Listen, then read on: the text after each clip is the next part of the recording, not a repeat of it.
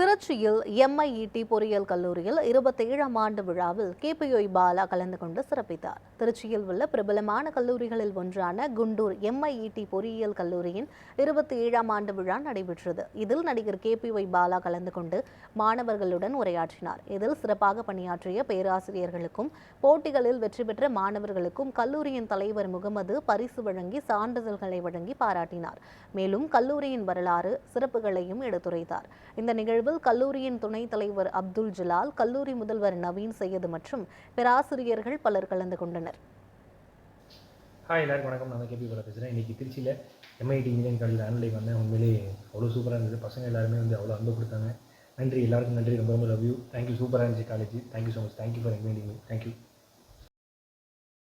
Trichy MIT engineering காலேஜோட 27th annual day celebration இன்றைக்கி 31/5/2025 ரொம்ப சிறப்பாக கோலாகலமாக காலேஜ் கேம்பஸ் ஆடிட்டோரியத்தில் நடந்துச்சு.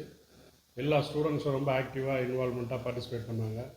ரொம்ப எழுச்சியாக நடந்த இந்த 27வது ஆண்டு விழா நிகழ்ச்சியில் சிறப்பு விருந்தினராக கேபிஒய் பாலா மற்றும் அவரது குழுவினர்கள் கலந்து கொண்டு கலை நிகழ்ச்சி நடத்தினார்கள்.